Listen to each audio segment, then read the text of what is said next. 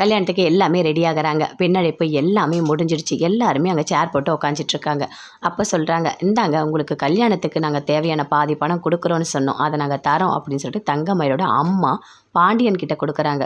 அதை சபையில் எல்லாருமே பார்க்குறாங்க. பார்க்கும்போது சொல்கிறாங்க, ஆமாம் இன்னும் கல்யாணமே முடியல, எவ்வளோ செலவாகும்னு தெரியாது, எப்படி இது பாதி செலவுன்னு இந்த பணத்தை கொடுக்குறாங்க அப்படின்னு சொல்லிட்டு. இல்லை அவங்க தான் 80 பவுன் நகை போடுறாங்கல்ல, அது போதும் விடுங்க அப்படின்னு சொல்லிட்டு வந்தவங்கெல்லாம் சொல்கிறாங்க. சரி அதில் 80 பவுன் நகை தான் இருக்கா இல்லையா அப்படின்னு சொல்லிட்டு நாம் ஒரு எடை போட்டு பார்க்கலாம் அப்படின்னு சொல்லிட்டு எல்லாருமே சொல்கிறாங்க.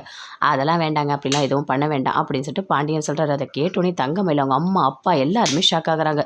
ஐயோ அது தங்கம் இல்லைன்னு தெரிஞ்சால் என்ன பண்ணுறது, நாமளே அதை தங்கம் மாதிரி ரெடி பண்ணி போடுறோம், என்ன பண்ணுறது, இந்த கல்யாணம் நடக்காது போல இருக்கே அப்படின்னு சொல்லிட்டு அவங்க அம்மா அப்பா 2 பேருமே பயங்கரமாக ஷாக் ஆகுறாங்க. எதுவுமே பேசவே இல்லை.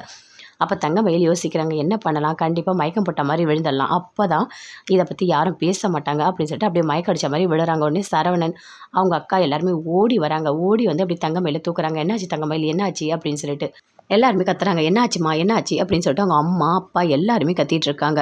ஐயோ என்னம்மா ஆச்சு அப்படின்னு சொல்லிட்டு தண்ணியெல்லாம் தெளிக்கிறாங்க. தெளிஞ்சவொடனே அப்படியே பொறுமையாக எழுந்துக்கிறாங்க. ஒன்றும் இல்லை, சரி சரி என்னாச்சு மயக்கம் வந்த மாதிரி இருக்கு, நீ போயிட்டு ரெஸ்ட் எடுப்போ அப்படின்னு சொல்லிட்டு உள்ளே கூட்டிகிட்டு போய் படுக்க வைக்கிறாங்க. அப்போ தங்கமயிலோட அம்மா போய் கேட்குறாங்க, என்னாச்சு அப்படின்னு சொல்லிட்டு, ஏன் இப்படி பண்ண அப்படின்னு.